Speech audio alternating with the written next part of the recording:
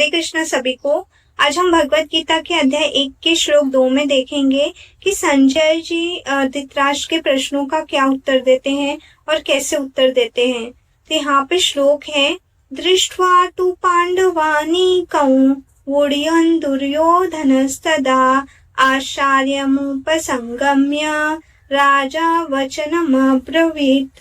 तो यहाँ पे संजय जी ने कहा, हे राजन, पांडव पुत्रों द्वारा सेना की व्यूह रचना को देखकर राजा दुर्योधन अपने गुरु के पास गए और उन्होंने ये शब्द कहे।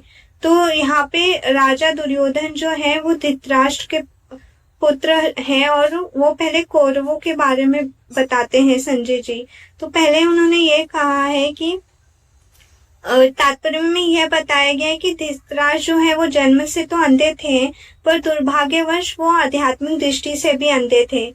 जब उनको ये तो पता था कि जो दुर्योधन है और पांडु जी है वो कुरुक्षेत्र में जा रहे हैं और वो युद्ध करने जा रहे हैं, फिर भी उन्होंने ये क्वेश्चन किया। तो यह संकेत देता है कि वो आध्यात्मिक दृष्टि से भी अंधे थे।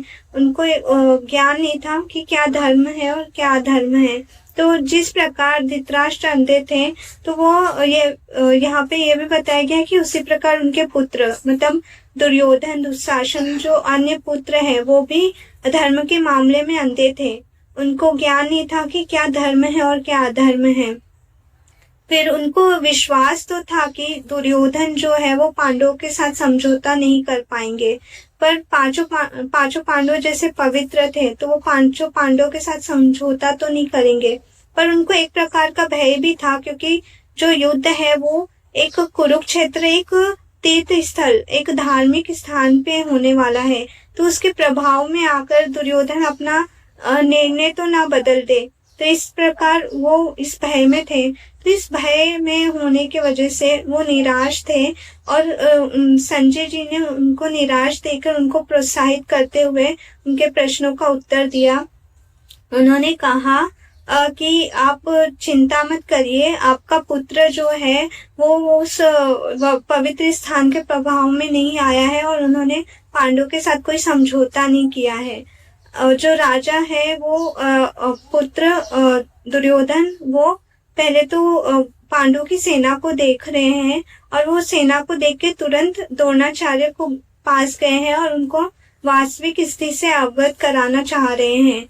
तो यद्यपि दुर्योधन को राजा कहा गया है, यहाँ पे राजा से संबोधित किया गया है, क्योंकि वो स्थिति की गंभीरता को समझ रहे थे और वो अपनी सेनापति के पास गए थे। दुर्योधन के यह व्यवहार को देखकर हमें यह समझ में आता है कि जो दुर्योधन है वो राजनीतिज्ञ बनने के लिए सर्वथा उपयुक्त थे, मतलब कि वो पॉलिटिक्स में जाने के लिए एकदम सही थे। और किंतु जब राजा ने पांडवों की व्यूह रचना को देखा और उसका यह कूटनीतिक व्यवहार जो था, उनके भय को वो छुपा नहीं पाया।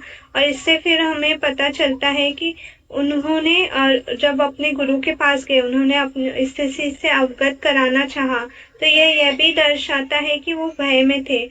उनको भय किस बात का था कि जब जो पांडव हैं वो 13 वर्ष के लिए अज्ञातवास में और वनवास के लिए जब गए थे, तो उन्होंने जितने भी राजे हैं वहां के सारे राजा को अपने ही व्यू में या फिर अपने तरफ ही कर लिया था। तो पांडवों के पास इतनी बड़ी व्यूह रचना कैसे आई? उनको इस बात का भय था। हरे कृष्ण।